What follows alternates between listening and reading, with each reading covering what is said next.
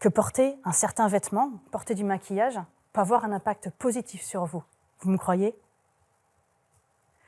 La première étude que j'ai trouvée dans ce domaine, elle a été publiée en 2012. Pour cette étude, une équipe de chercheurs a sélectionné 2 groupes de participants. Et ils les ont recrutés pour faire une tâche que je connais tous, le jeu des différences. Vous avez ces 2 images presque semblables où il y a quelques différences. Et les participants devaient venir au laboratoire pour réaliser cette tâche sur une série de photos. Le but étant de trouver, dans un temps donné, un maximum de différences. Le premier groupe devait réaliser cette tâche dans leur tenue vestimentaire habituelle. Quant au deuxième groupe, on leur a demandé de porter une blouse blanche, une blouse de docteur. La seule différence entre les 2 groupes était de porter ou non une blouse blanche pendant quelques dizaines de minutes. Vous savez quoi? Le groupe de participants portant une blouse blanche a été 2 fois plus performant que ceux qui ne portaient pas de blouse.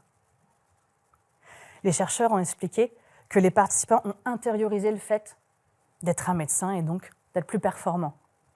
En 2018, une équipe de chercheurs a recruté 3 groupes de participantes, seulement des femmes.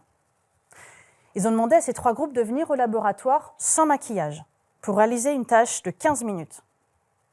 Le premier groupe devait réaliser une tâche de 15 minutes d'écoute de musique classique. Le deuxième groupe devait réaliser une tâche de coloriage pendant 15 minutes. Quant au troisième groupe, les étudiantes devaient réaliser une tâche pendant 15 minutes de maquillage. Elles avaient 15 minutes pour se maquiller, comme si elles allaient en soirée. À la fin de ces 15 minutes, toutes les étudiantes devaient lire un chapitre de livre et compléter un QCM en lien avec cette lecture. Et le QCM était noté.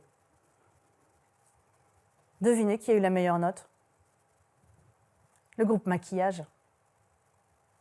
Et les chercheurs ont expliqué ce résultat par une meilleure confiance en soi, une meilleure estime de soi.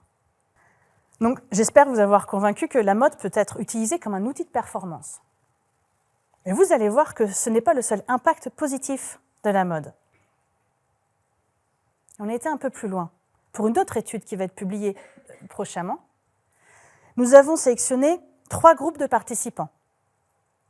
Un premier groupe devait venir dans notre laboratoire dans leur tenue vestimentaire habituelle. Quant au deuxième groupe, on leur a demandé de porter un t-shirt éthique, fait en respect avec l'environnement. Quant au troisième groupe, on leur a demandé à ces participants de porter un t-shirt non éthique, fast fashion. En vrai, les t-shirts du 2 et 3e groupe étaient similaires. Et les participants ne le savaient pas, ça. Seulement, la présentation était différente, était modifiée. Au bout de 2 heures, nous avons mesuré le bien-être chez tous les participants.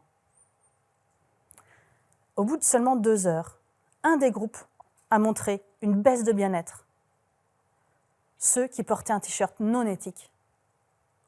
Au bout de seulement 2 heures, un des groupes a montré une hausse de bien-être. Le groupe qui portait le t-shirt éthique. Donc en plus d'être un outil de performance, la mode peut être également utilisée comme un outil de bien-être. Mais la mode éthique peut être utilisée comme un outil de bien-être et de bonheur. Et en parlant de bien-être, de bonheur, il y a une phrase qui revient dans chacune de mes recherches. Pour mes recherches, j'ai rencontré des centaines et des centaines de participantes. La même phrase revient dans mes questionnaires, dans mes entretiens, dans toutes mes études. La clé du bonheur que l'on peut utiliser grâce à la mode peut se résumer en une phrase. Être soi.